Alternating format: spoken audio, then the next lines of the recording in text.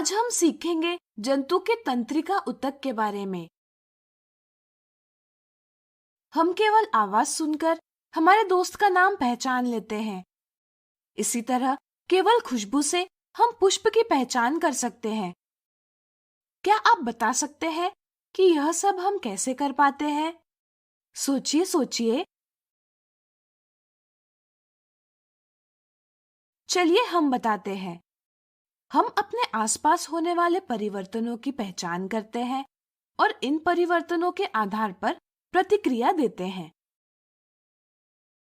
जीव द्वारा उसके पर्यावरण में आने वाले परिवर्तनों की पहचान करना उद्दीपन यानी स्टिमुलस कहलाता है तथा परिवर्तन के अनुसार दी गई प्रतिक्रिया अनुक्रिया यानी रिस्पॉन्स कहलाती है। उदाहरण के लिए, यदि किसी गर्म वस्तु से अनजाने में हमारा स्पर्श होता है तो स्पर्श होने वाला अंग तुरंत पीछे ले लिया जाता है। यह वस्तु का गर्म होना उद्दीपन है और अंग पीछे लेना अनुक्रिया है। यहाँ सूचना हमारी त्वचा से भुजा की पेशी कोशिकाओं में पहुंचती है और गति होती है। यह कार्य तंत्रिका ऊतक की सहायता से होता है। हमारे शरीर में उपस्थित तंत्रिका ऊतक स्पर्श, ध्वनि, गंध, स्वाद और दृष्टि के उद्दीपनों के लिए प्रतिक्रिया देने का कार्य करता है।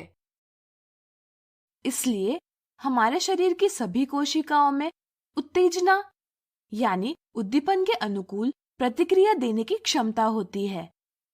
तंत्रिका ऊतक तंत्रिका तंत्र का मुख्य ऊतक है। मस्तिष्क यानी ब्रेन, मेरुरज्जु यानी स्पाइनल कॉर्ड और तंत्रिकाएं यानी नर्व्स तंत्रिका ऊतक से बने हुए होते हैं। मस्तिष्क, मेरुरज्जु और तंत्रिकाएं मिलकर शरीर में होने वाली सभी क्रियाओं का नियंत्रण करते हैं। तंत्रिका ऊतक की कोशिका को तंत्रिका कोशिका यानी न्यूरॉन कहा जाता है। न्यूरॉन तंत्रिका ऊतक की क्रियात्मक इकाई यानी फंक्शनल यूनिट है। न्यूरॉन बहुत जल्दी उत्तेजित होता है और उद्दीपन को बहुत जल्दी एक स्थान से दूसरे स्थान तक पहुंचाता है, यानी कि न्यूरॉन विभिन्न उद्दीपनों को प्राप्त और संचालित करता है।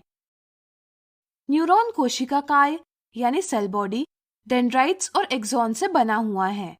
कोशिकाकाय तारे के आकार जैसा होता है और यह न्यूरॉन का मुख्य भाग है, जिसमें केंद्रक यानी न्यूक्लियस और कोशिका द्रव्य यानी साइटोप्लाज्म होता है।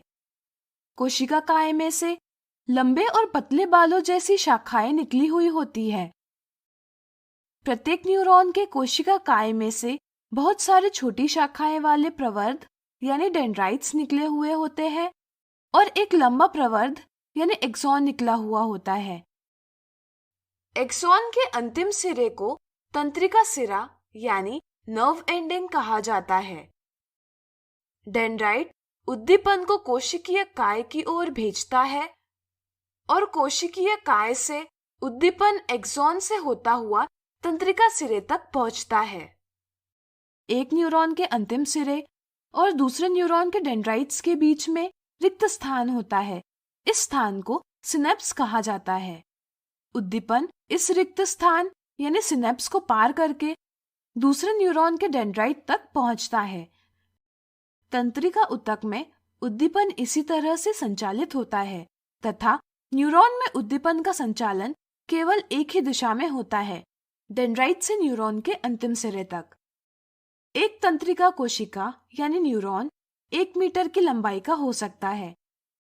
डेंड्राइट्स और एक्सॉन की संख्या के आधार पर न्यूरॉन को बहुध्रुवीय यानी मल्टीपोलर, द्विध्रुवीय यानी बाइपोलर और एक ध्रुवीय यानी यूनिपोलर में वर्गीकृत किया है। बहुध्रुवीय न्यूरॉन में एक एक्सॉन और 2 या 2 से अधिक डेंड्राइट्स होते हैं। द्विध्रुवीय यानी बाइपोलर, द्विध्रुवीय न्यूरॉन में एक एक्सॉन और एक डेंड्राइट होता है।